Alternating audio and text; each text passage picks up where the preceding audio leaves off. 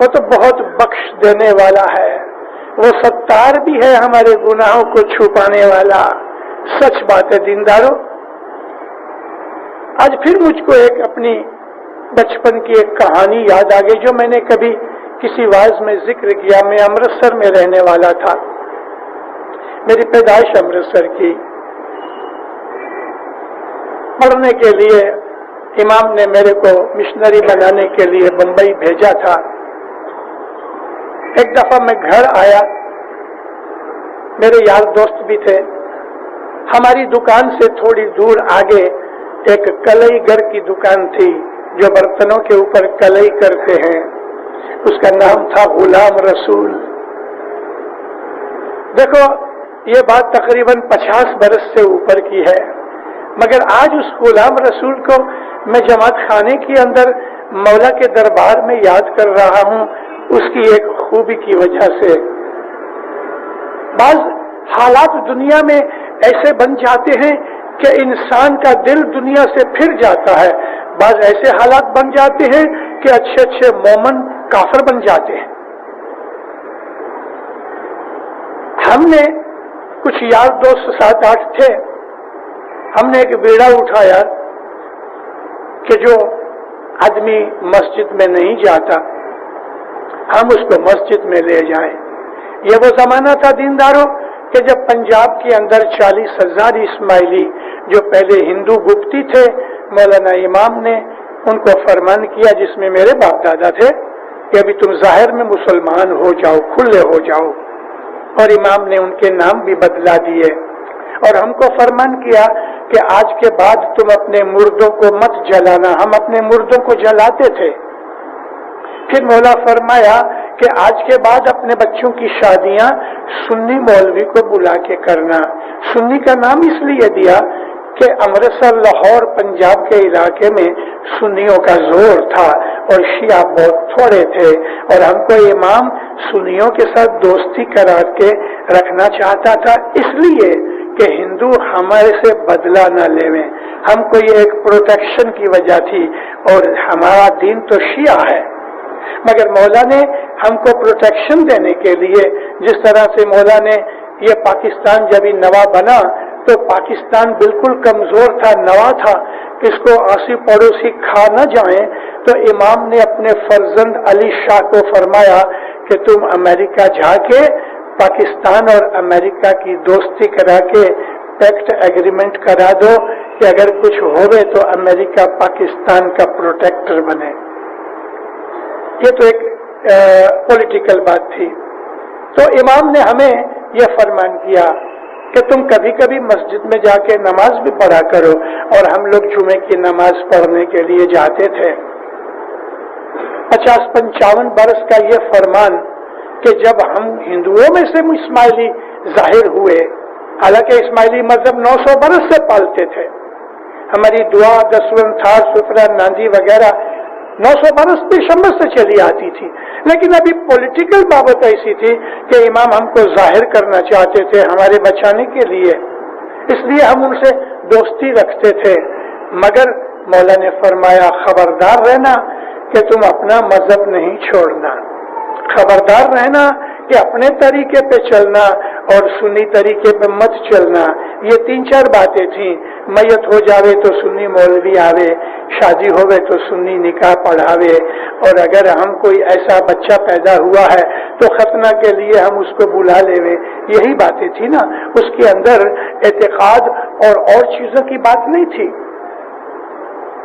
مگر ہم جوان لڑکے جو تھے، ہماری دوستی مسلمانوں کے ساتھ بہت تھی، آج بھی ہے۔ میں وینکوور کے اندر بھی، اور جب میں افریقہ میں رہتا تھا تو کبھی کبھی ہم جا کے نماز پڑھا کرتے تھے، اور بڑے بڑے مولوی میرے دوست تھے، میرے گھر آیا کرتے تھے، اور ہم اسماعیلی مذہب کی باتیں بھی کرتے تھے۔ تو اس وقت ہم نے 3-4 ایسے آدمی تھے جو بالکل مسجد میں نہیں جاتے تھے، ہم نے ان کو ایسا کر دیا کہ مسجد میں جانے لگے۔ تھوڑے عرصے کے بعد یہ غلام رسول کے اوپر ہم بچوں کی نظر پڑی، ہم غلام رسول کے ارد گرد گھومتے رہے۔ مہینے 1.5 مہینے کے بعد عید کا موقع آیا، اور یہ عید رمضان تھی۔ ہم نے اس کو کہا چاچا تم کبھی مسجد میں گئے ہی نہیں, میں نے کبھی دیکھا نہیں اس کو اپنی زندگی میں کہ اس نے کبھی غسل کیا ہوئے. وہ ہمیشہ اوپر سے ننگا رہتا تھا, ایک تہمت باندھ رکھتا تھا, ہمیشہ ننگے پاؤں, جوتی کبھی نہیں پہنی, سر پہ کبھی ٹوپی نہیں, کلئی گر تھا. اس کو ہم نے کہا ہاں میں آؤں گا ضرور, میں بھی تو مسلمان ہوں. عید کا موقع آیا, ہم اس کے گھر گئے, وہ نہایا دھویا, اچھے کپڑے بھی پہنے, ہم کو ہمارے ساتھ چلنے کے لیے تیار ہوا. ابھی عیدگاہ کے اندر 50-60 ہزار آدمی ہوں میں عیدگاہ پہنچے تو یہ کہتا ہے ایک لڑکے کو, یہ دیکھ یہ میری چادر ہے, یہ پکڑ تو ذرا, میں پیشاب کر کے آؤں. اس نے چادر پکڑ لی اور وہ غلام رسول بھاگ گیا, اپنے گھر چلا گیا, نماز نہیں پڑھی. ہم اس کو ڈھونڈتے ہی رہے, نہیں ملا. گھر جا کے دیکھا تو کہا یار میں نے کبھی زندگی میں نماز نہیں پڑھی, نہ مجھے بیٹھنا آتا ہے نہ اٹھنا آتا ہے, کاہے کو میرے پیچھے پڑے ہو. تو یہ پتہ لگا کہ یہ نماز پڑھے بغیر بھاگ گیا, لیکن ہم لڑکے اس کے پیچھے پڑے رہے. 2 مہینے کے بعد دوسری عید آئی اور ہم نے فیصلہ کیا کہ اب تو کوئی بھی حالت میں اس کو جانے نہیں دیں گے, اور اگر پھر یہی بہانہ بنایا تو 2 لڑکے ساتھ جائیں گے. ہم نے سچ مچ اس کو جکڑ لیا اور اس نے بھی سمجھ لیا کہ اب چھٹکارا نہیں ہے. نماز شروع ہوئی, کچھ لڑکے اس طرف تھے, کچھ اس طرف تھے, کچھ پیچھے تھے, کچھ آگے تھے. اس کے بھاگنے کا کوئی رستہ نہیں تھا. تکبیر ہوئی, اقامت کے بعد تکبیر ہوئی, اور تکبیر کے بعد سنی تھے نا اس کے لیے ہاتھ باندھے, اس نے بھی ہاتھ باندھے. رکوع میں گئے, پھر سجدہ کیا. ابھی پہلی رکعت میں 2 سجدے ہوتے ہیں, اس نے سجدہ کیا مگر سر اٹھایا نہیں, دوسرا سجدے کی نوبت نہ آئی. جماعت کھڑی ہو گئی, دوسری رکعت شروع ہوئی تو یہ تو سجدے میں ہی پڑا تھا. دوسری رکعت ختم ہو گئی, جب یہ سلام پھیرا گیا تو ہم نے کہا چاچا, تو چاچا تو اوندا ہو کے گر پڑا. کیا ہوا؟ پہلے سجدے میں ہی گزر گیا.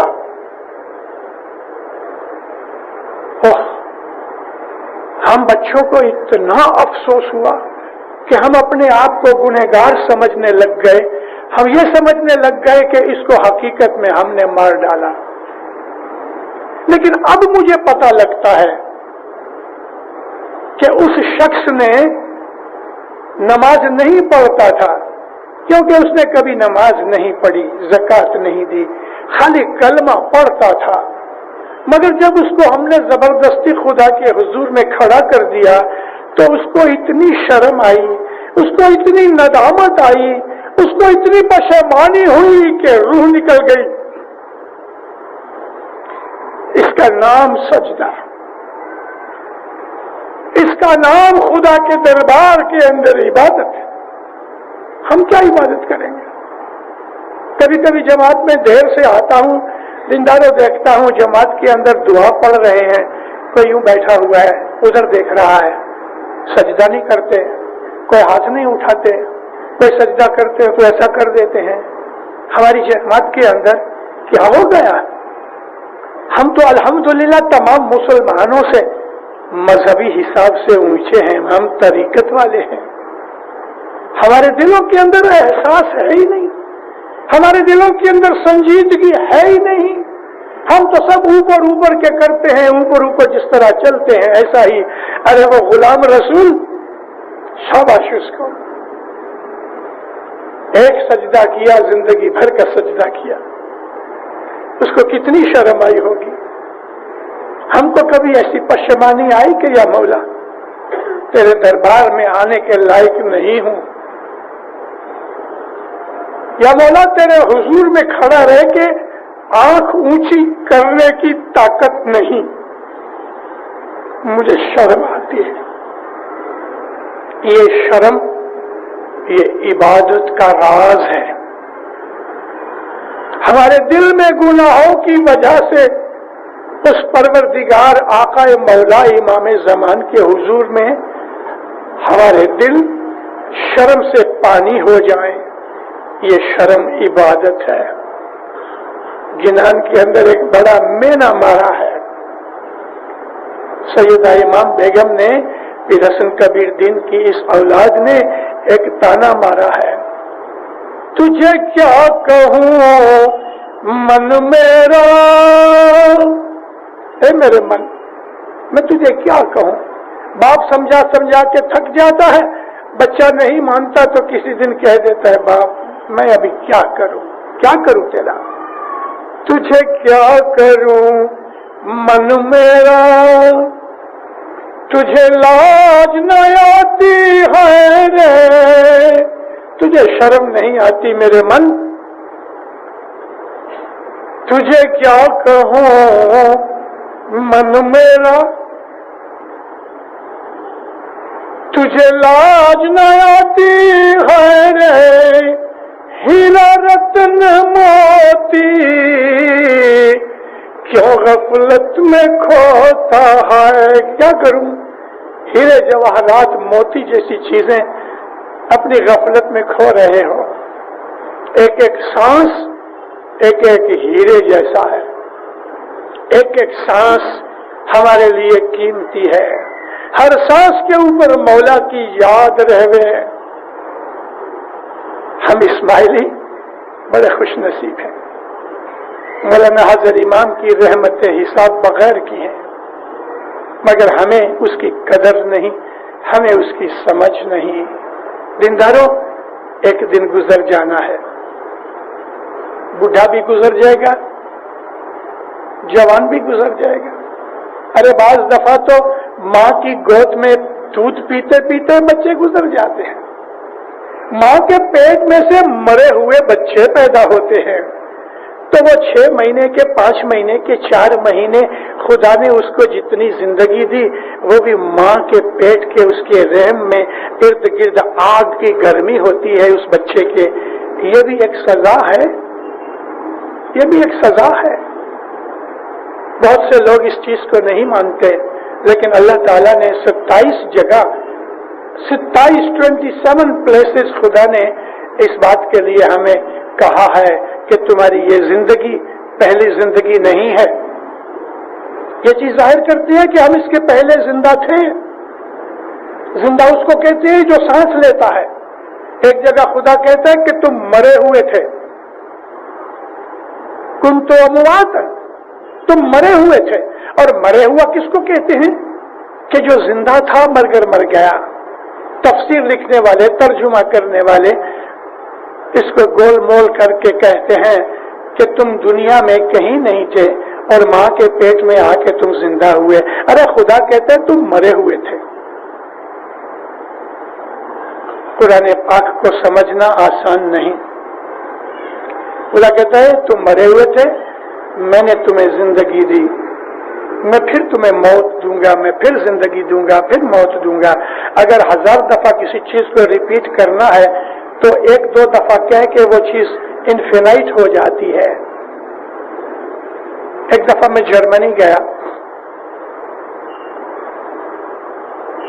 20-25 برس ہو گئے۔ وہ زمانے میں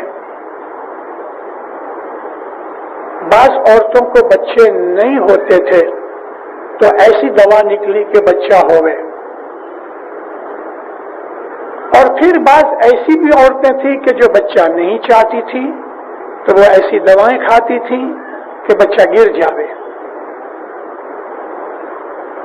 اس وقت برلن جو تھا نا وہ رشیا کے قبضے میں تھا، مگر میں یہ فرینکفرٹ کی بات کرتا ہوں کہ جو ویسٹ جرمنی میں تھا۔ وہاں اس زمانے کے اندر ایک بہت بڑی تحریک شروع تھی کہ LSD اور ایسی دوائیں کے کھانے سے بچے نہ ہوئیں، اس کے خلاف بہت پروپیگنڈا تھا۔ تو ایک ایسی ایگزیبیشن تھی، میں وہ دیکھنے گیا۔ میں نہ جاتا تو اچھا ہوتا۔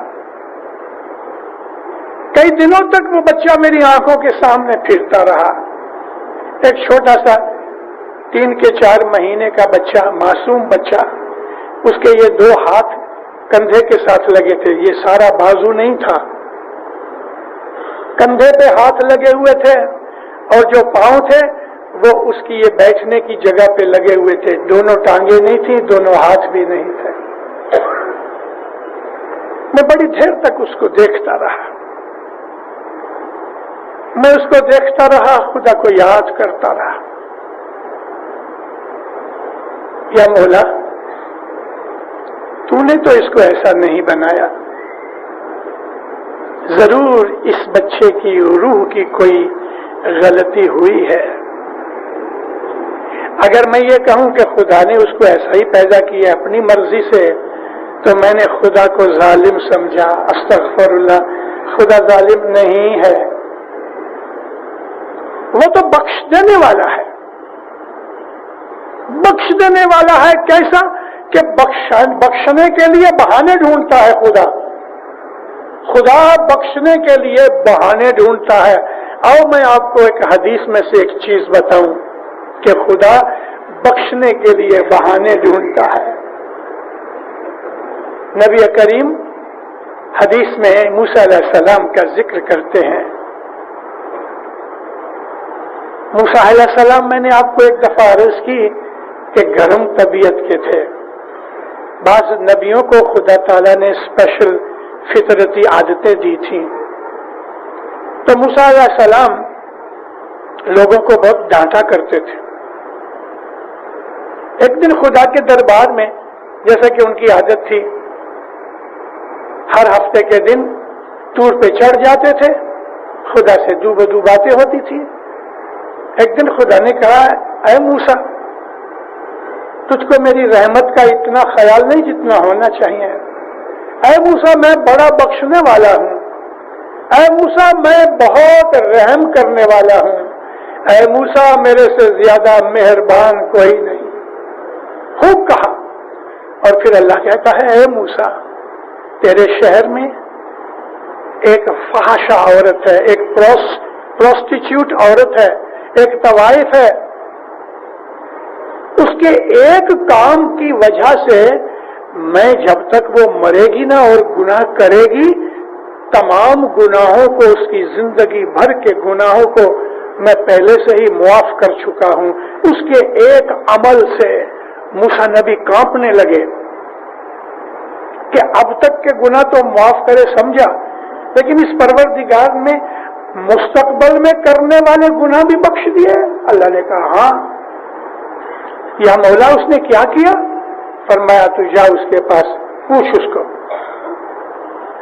موسیٰ علیہ السلام سارا رستہ سوچتے رہے کہ خدا ایسا رحیم کہ اب تک کے, ابھی کے پریزنٹ اور پاسٹ گناہ ماضی کے تو ٹھیک, لیکن جو گناہ نہیں کیے اور کرنے والی ہے وہ بھی بخش دیے. سوچتے سوچتے شہر میں داخل ہوئے. آپ کو یہ میں واقعہ حدیث میں سے بیان کر رہا ہوں. آئے اس عورت کے دروازے پہ. دوپہر کا ٹائم تھا, ہو چکا تھا. اس کی نوکرانی نے دروازہ کھولا, بھاگ کے گئی اندر. اپنی مالکن کو کہتی ہے کہ موسیٰ نبی دروازے پہ آئے ہیں. وہ جلدی سے تبک کے اٹھی, دوپٹہ وغیرہ لیا, سر ڈھانکا, سامنے آ کے ہاتھ باندھ کے کھڑی ہو گئی, نظر نیچے کہتی, یا حضرت, میرے گھر پہ آپ؟ فرمایا, ہاں, میں اندر آ سکتا ہوں؟ وہ کہتی ہے, زہ نصیب. موسیٰ نبی اندر گئے. اس نے اچھی طرح سے سجا کے کوئی جگہ رکھی, ہاتھ باندھ کے کہا, آپ تشریف رکھو, اور خود تھوڑی دور دوزانو ہو کے بیٹھ گئے. یا نبی, میں خواب دیکھتی ہوں. فرمایا, نہیں, تو خواب نہیں دیکھتی, یہ حقیقت ہے. میں تیرے گھر پہ آیا ہوں, میں کبھی نہ آتا, لیکن مجھے اللہ نے بھیجا ہے. اللہ نے بھیجا ہے. بہت روئی کہ خدا نے مجھے یاد کیا. جب لوگ رات کو عبادت کرتے ہیں میں گناہ کرتی ہوں, جب لوگ دن کے وقت روزی کماتے ہیں میں سوئی ہوتی ہوں. یا نبی, اللہ نے مجھے یاد کیا. ہاں, میں یہ پوچھنا چاہتا ہوں کہ تو نے زندگی میں کتنے نیک کام کیے؟ وہ پھر رو پڑی، کہتی ہے یا نبی نیکی اور میں یہ تو ہے ہی نہیں، میں نے زندگی میں کوئی نیک کام نہیں کیا، میری ساری زندگی گناہوں میں رہی۔ نہیں، کچھ نہ کچھ ہونا چاہیے، تو یاد کر ایسا کچھ عمل کیا ہے کہ وہ عمل کرنے کے بعد تیرے دل کو خوشی ملی ہو، تسکین ملی ہو؟ سوچتے سوچتے کہنے لگی یا نبی ایک دن میری نوکرانی نہیں آئی، میرے گھر میں پانی نہیں تھا، دھوپ سخت تھی، گرمی سخت تھی، میں نے کبھی کام نہیں کیا، لیکن کیا کروں گھر میں پانی نہیں تھا، تو میں ہنڈا اٹھا کے میں پانی لینے گئی، کنویں میں سے پانی لے کے میں چلی آتی تھی، کوئی آدمی نظر نہیں آتا تھا کیونکہ گرمی کی وجہ سے اپنے گھروں میں گھسے تھے۔ چلتے چلتے میں نے دیکھا کہ بیچ بازار میں رستے میں ایک کتا، میں دور سے دیکھا کہ مر گیا ہے، لیکن جب میں نزدیک آئی تو اس نے آنکھیں میری طرف لگائی، ہل نہیں سکتا تھا۔ یا نبی اس نے ایسی نظر سے مجھے دیکھا کہ میرا دل ہل گیا، مجھے ترس آ گیا، یہ ہے تو چیتا۔ زبان باہر نکالی، میں فوراً بیٹھ گئی، اپنے دوپٹے کے پلو کو بھگویا اور اس کے منہ کے اوپر میں نے پانی نچوڑا، اس نے زبان سے وہ پانی پیا، میں نے پھر دوسری دفعہ کیا، تیسری دفعہ کیا، ایسا کرتے کرتے تقریباً میرا سارا ہنڈا ختم ہو گیا اور وہ ہوش میں آ گیا، اٹھ کے بیٹھ گیا اور اس نے مجھے پھر دیکھا کہ اس کی آنکھوں کے اندر رحم اور شکر گزاری تھی۔ یا نبی اس نے آسمان کی طرف نگاہ کی اور چلا گیا۔ اب میرے میں یہ طاقت نہیں تھی کہ میں دوبارہ کنویں پہ جا کے پانی لے کے آتی، تھک گئی تھی، میں نے ساری رات سارا دن پانی کے بغیر گزار دیا، مگر اس کتے کی آنکھوں کے اندر میں نے جو خوشی اور شکر گزاری دیکھی اس سے میرا دل بہت خوش ہوا، میں ساری رات اس خوشی کا مزہ اٹھاتی رہی۔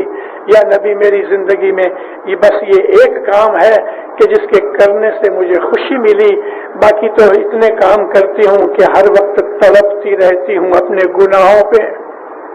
وہی اتری، اے موسیٰ یہ سچ کہتی ہے، کتے کے اوپر جو اس نے رحم کیا ہے، ایسی تنگی اٹھانے پر بھی مجھے اتنا پیارا لگا کہ میں نے زندگی بھر کے گناہ بخش دیے۔ کیا سمجھتے ہو خدا کی رحمت کو؟ بڑا رحیم ہے، اس کے پاس آؤ مگر دنیا سے دل ہٹاؤ، اس کو یاد کرو، وہ آپ کے پاس بیٹھا ہے، آپ کی شہرگ سے نزدیک ہے، آپ کے اندر جو جان ہے وہ خدا ہی کی جان ہے، مگر ہم جب اس کو بھول جاتے ہیں، گناہوں میں پڑ جاتے ہیں۔ اگر ہم کچھ نیکیاں کرتے ہیں، وہ پروردگار کے جس نے ایک فحشہ کی زندگی بھر کے گناہ بخش دیے ایک نیکی کے اوپر، یہ مولا تو بڑا رحیم ہے۔ اور ہم اسماعیلی خصوصی طور پہ دوسروں سے اونچے ہونے کی وجہ سے ہمیں اتنی بخششیں اور اتنی رحمتیں ملتی ہیں۔ یہ دعا آشیشیں، یہ چھانٹے، یہ نیاز، جرے مولانا حضرت امام کی نعمتیں ہیں، مگر ہم اسماعیلیوں کے دلوں میں دنیا کی محبت بہت ہے۔ میں آپ کو عرض کر رہا تھا کہ انسان کی موت تو سب کو آئے گی۔ ہمارے بدن میں 10 مقام ہیں، ہمارے بدن میں 10 دروازے ہیں،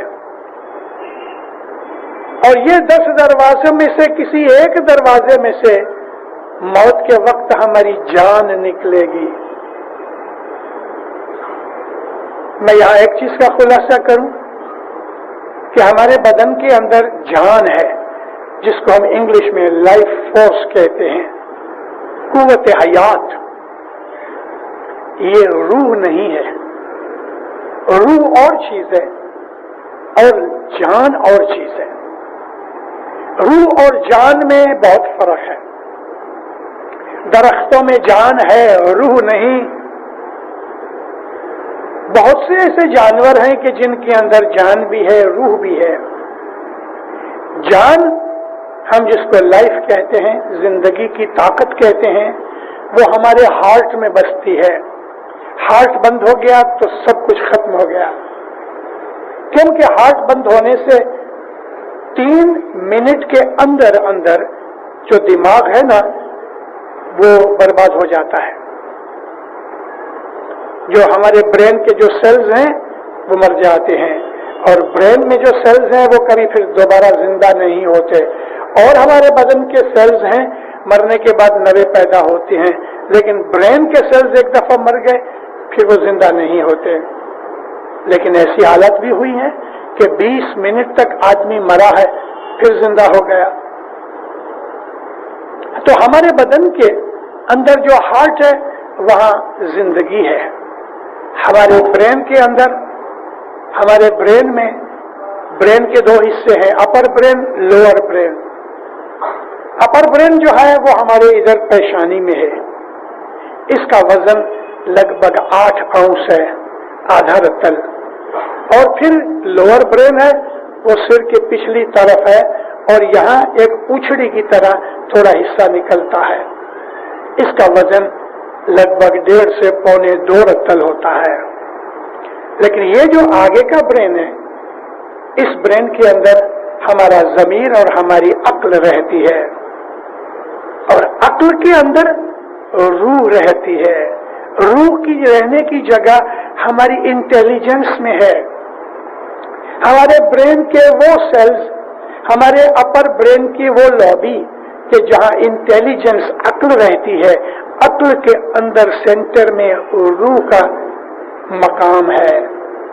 روح ہے وہ پاک ہے. روح خدا کے حکم سے ہے. روح خدا تعالیٰ کے حکم سے ہونے کی وجہ سے نورانی درجہ رکھتی ہے. ہم کتنے بھی گناہ کریں روح ناپاک نہیں ہوتی. مگر کیا ہوتا ہے کہ جیسے ایک بتی ہے، اس بتی کے اوپر آپ ایک کالا کپڑا ڈال دو تو روشنی گھٹ جاتی ہے، دوسرا کالا کپڑا کر دو تو روشنی اور گھٹ جائے گی، 40-50 کپڑے ڈال دو تو اندھیرا ہو جائے گا. اندر بلب جلتا ہے، اندر روشنی ہے، لیکن باہر کے کالے کپڑوں کی وجہ سے وہ روشنی باہر نہیں نکلتی. یہ کالے کپڑے ہمارے گناہ ہیں. ہم جب اپنی گناہوں کی وجہ سے اپنے وہ گناہ کرنے کے لیے ہمیں سوچ بچار کی ضرورت ہے نا. اگر میں نے کسی عورت پہ بد نظری کی تو اس کا مطلب یہ ہوا کہ یہ میری عقل اور انٹیلیجنس میں سے نکلا کہ میں کسی اپنی بہن بیٹی کے اوپر میں بد نظر کروں. آنکھ کو کچھ نہیں، آنکھ تو ایک اپریٹس ہے، اصل چیز تو میری نیت ہے. میرا ایسا ارادہ ہوا کہ میں کسی کی چوری کروں تو ارادہ اندر سے نکلا انٹیلیجنس نے، اس نے پاؤں کو حکم کیا، میں وہاں گیا اور ہاتھوں نے چوری کی. ہمارے جتنے بھی اعمال ہیں اچھے یا برے اور گناہ، وہ ہماری انٹیلیجنس کا ہی کام ہے. اس لیے جب ہم کچھ گناہ کرتے ہیں تو روح کے اوپر ایک کالا پردہ آ جاتا ہے اور روح کی جو نورانی روشنی ہے وہ گھٹ جاتی ہے. اگر ہم نے 40-50 کپڑے ایسے ڈال دیے تو اندر تو روح روشن ہے، خدا کا نور تو اندر روشن ہے، لیکن گناہ کے کپڑے آ گئے اس لیے اس کی روشنی باہر نہیں آتی. میں نے عرض کی کہ ہمارے بدن میں 10 دروازے ہیں، 2 آنکھیں، 2 کان، 4 ناک کے 2 سوراخ، 6 منہ ہمارا 7 اور پاخانہ پیشاب کے 2 مقام، یہ 9 مقام ہوئے. اب کسی دن کوئی بچہ پیدا ہوئے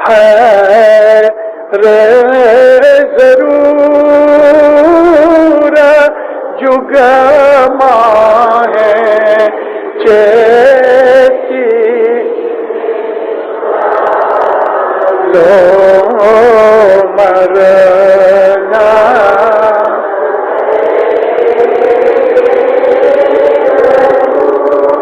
کایا نگری موہ ایک بھیچ بھاری ایک دن کال کرے چک چور جگما ہے. اس نگری میں انہوں کہتا ہے کہ ایک بہت بڑا ایک وزندار ایک دکھ کا ایک خطرناک دن ہے، اور وہ یہ ہے کہ ایک دن ملک الموت آئے گا، ہیمر لے کے آئے گا، ٹریکٹر لے کے آئے گا اور اس ہماری زندگی کو بکھرا ڈالے گا. مگر مومن کی زندگی نہیں. مومن کی زندگی تو مولا کی زندگی ہے اور مولا اس کو لینے کے لیے آتے ہیں. میری ساری واعظ اس تھیم کے اوپر ہے کہ ہمیں موت یاد رہے اور موت کے بعد ہم وہاں اپنا مکان بناتے رہیں اور یہاں سے کما کما کے وہاں بھیجتے رہیں. جب ہم وہاں پہنچیں تو سب کچھ ہمارے لیے تیار ہوئے. سکھی آباد رہو، دیندار رہو. مولا آپ کی نیک امیدیں پوری کرے.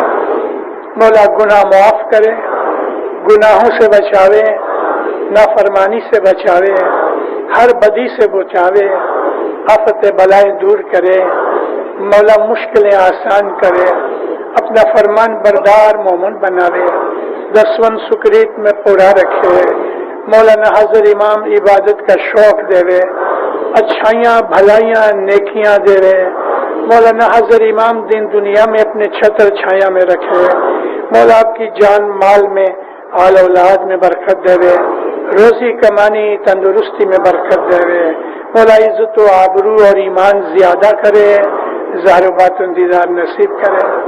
اے زندہ